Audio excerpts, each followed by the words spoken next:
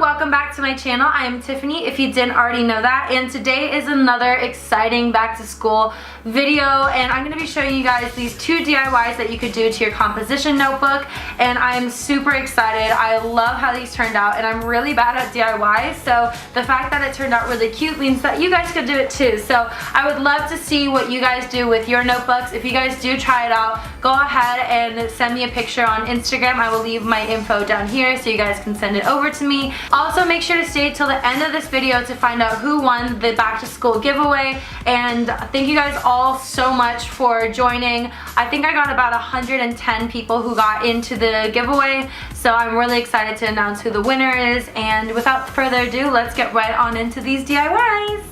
So the first thing that we're gonna make is this Kawaii collage notebook, and I'm obsessed with it. The things that you're gonna need is a composition notebook, and anyone will do. And you're gonna need some cardstock, so any thick paper, some scissors, as well as some glue and your computer. So we're gonna start off on PicMonkey and open up a Square tab, and then go ahead and Google or just go on Tumblr or Instagram or whatever search engine that you want to pick out some cute photos. I love going on We Heart It to find any cute photos.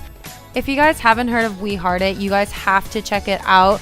I am obsessed with it, and it's basically like Pinterest and Instagram combined. So everything, all cute photos and stuff, you have all in one place. And I made this absolutely adorable canvas called Kawaii mono dake, which means to have only cute things. And so go ahead and pull off any pictures that you guys want to. If you do want to follow me on We Heart It, I will leave the link down below so you guys can check out. But going back into PicMonkey, you're going to add the overlay and just choose your own, and then put the picture on top and just spread it out into that square shape. There are other ways to do it. You could do it on Photoshop or Word or whatnot, but I just find that PicMonkey is the easiest for me to use.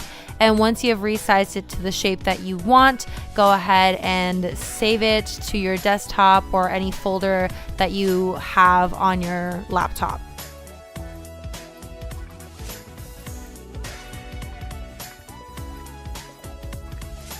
Now, depending on the size of your composition notebook, you'll have to do this with different photos and different sizes. I measured mine out, and it turned out that 6 would be perfect for me. So I'm going to go ahead and do that to all of my photos, and just make sure to save it onto my laptop so I can go ahead and print it out later.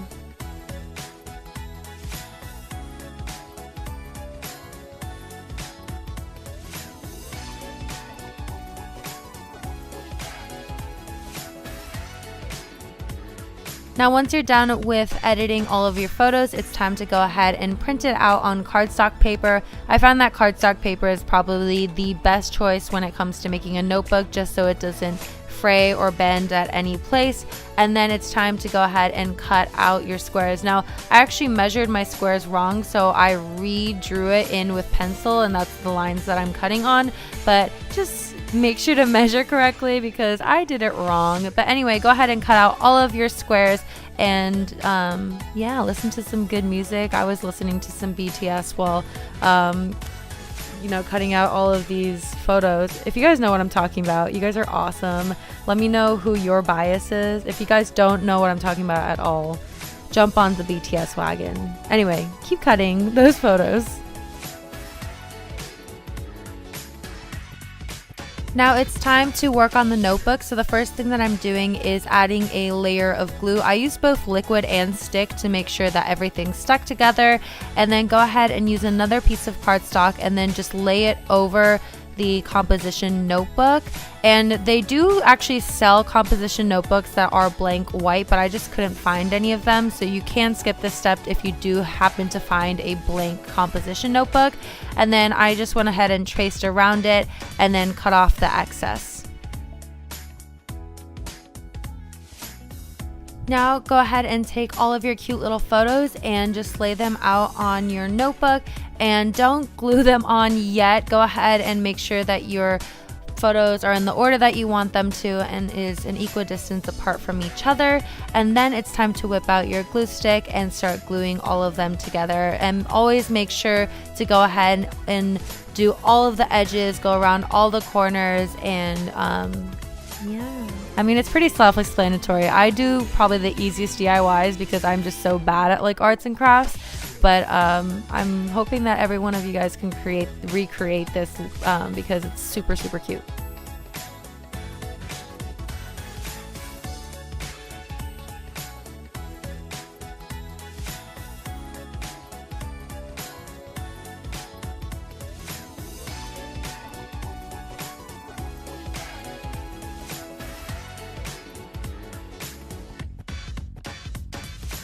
And then just make sure to smooth out everything. And since we use cardstock, it'll be really hard for it to peel off as easily as just regular printer paper. Now this is an optional step. You could have just stopped there, but I decided to create a little label, and I'm drawing this onto sticker paper first. And you could buy your sticker paper at just any local stationery store. And I'm gonna go ahead and draw in a heart and then write in my name. Now, if you guys didn't know, my Japanese name is Rika, and so I decided to write that in because it's definitely a lot shorter than writing in Tiffany, and you can just write in like English, math, whatever you want to on this label. You don't even need a label if you don't want to, but I just decided to add a little bit of extra cuteness to this notebook.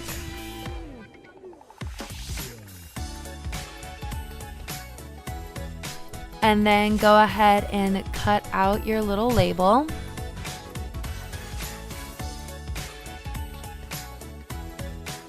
Now when making this label, you could definitely just use some cardstock, some tape, and some glue if you want to, but I really like using sticker paper because it just takes off that step and it's so easy to use. So go ahead and peel off the back and then just stick it onto the notebook wherever you would like it to. And that is pretty much it. A super, super cute and easy way to just spice up a regular composition notebook.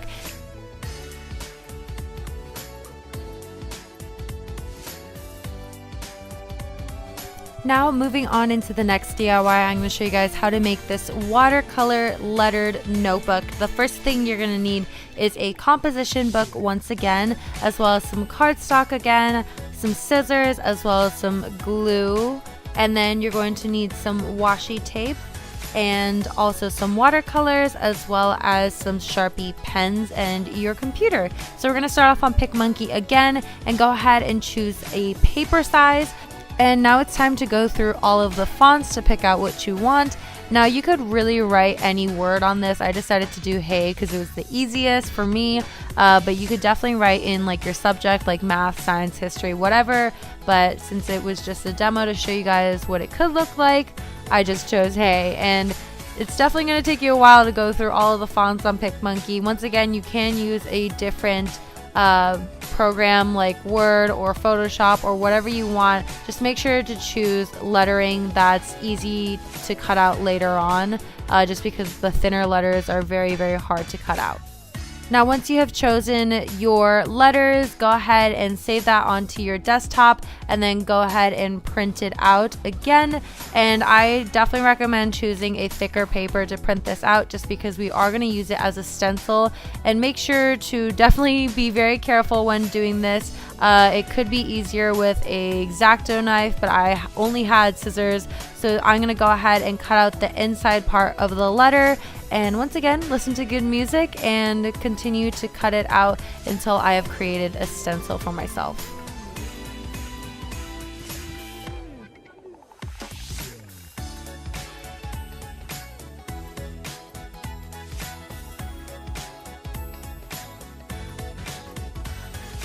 And just like in our last DIY, I'm going to apply some glue onto my composition notebook just so I can apply the cardboard on top of it, and then once again cut it out.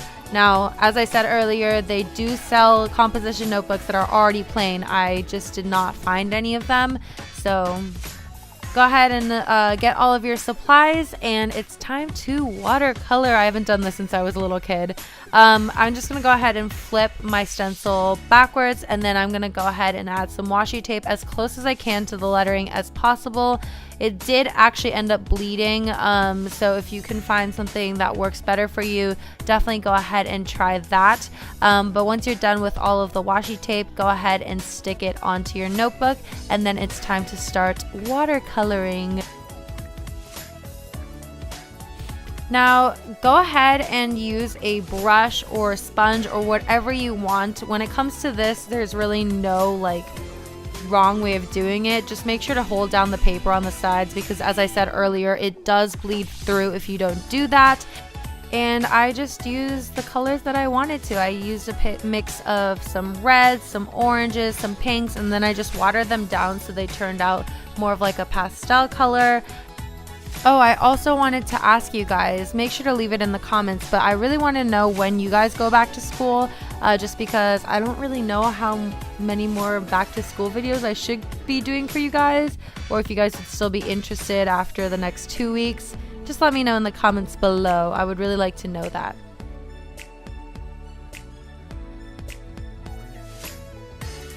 Now once you're done with watercoloring, go ahead and lift off your stencil, and as you can see, there is some bleeding going on. I used some tissue paper and then put some water on it to just go ahead and like try to get off most of it. And then optional step, once again, I went ahead and used the Sharpie to just decorate the outside of it and draw a little heart, and that is pretty much the DIY. Once again, super easy. I think anyone can do it, and I would love to see your recreations on my Instagram.